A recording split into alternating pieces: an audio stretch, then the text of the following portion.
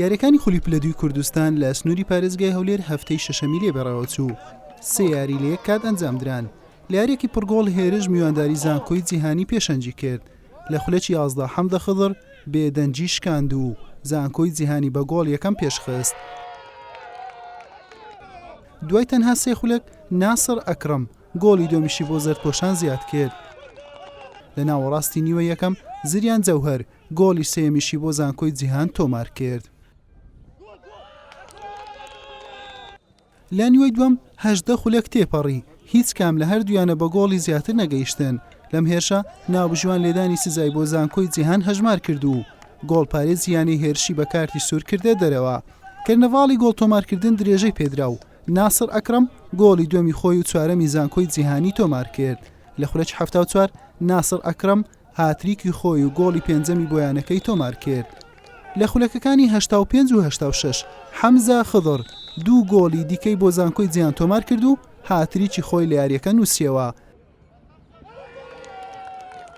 لە دوا خولەکی یاریەکەش ئەحمەد تەها تاکە گۆڵەکەی هێرشی خاوەن ماڵی تۆمار کرد و یاریەکە بە 7 گۆڵ بەرامبەر گۆڵێک بە سوودی زانکۆی جیهان بە کۆتا هات.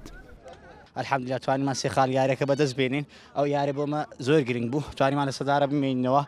سپاسی یانێ بەرامبەری جەکەم و دەستخۆشیشیانی دەکەم. تیپیمە سابت نییە، هەندێکمە باش هەندێکمە خراپە.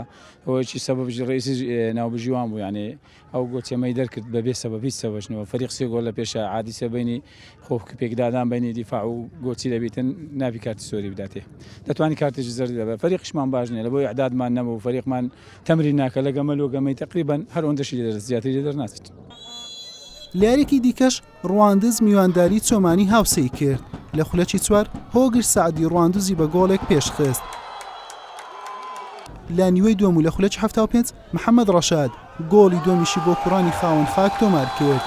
یاریەکەش بە دوو گۆڵی پاک بە سوودی ڕواندز بە کۆتا هات. ڕواندز تیپەچی ئامادەترە. ڕواندز تامی یەکەم لە تۆپێکی جێژی لە سەرەتا لە خولەکانی سەرەتا گۆڵێکمان خوارد، نەمانتوانی ئەنجامەکە ڕاست بکەینەوە.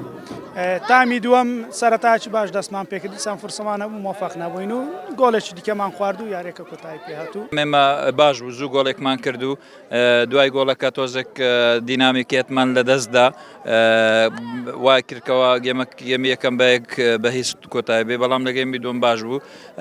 چەند گۆڕانکارێک وای کردکەوە یاریەکە بێتەوە سەر ئەو شێوازێکەوە ئێمە دەمانویست. زۆر هەڵی گۆڵکردنمان دروست کرد، بەڵام ئەوانیش لە تۆپە جێگیرەکان تۆزێک مەترسیدار بوون. یاریەکە بەو شێوازەی تەواو بوو کە ئێمە دەمانویست.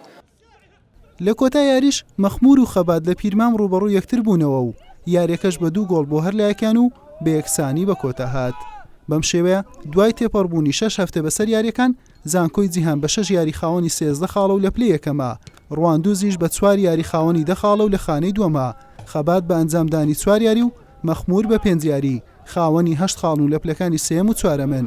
چۆمان خاوەنی 4 خاڵە و هێرش 3 خاڵ و سنوور 2 خاڵ و تەقتەقیش تاکە خاڵێکی هەیە. یاریەکانیش بە یەک قۆناغ ئەنجام دەدرێن و هەریانەیەک 7 یاری دەکات، دوویانە دەگەنە قۆناغی کۆتایی. حوسێن محەممەد، کەناڵی ئاسمانی پێیام، هەولێر.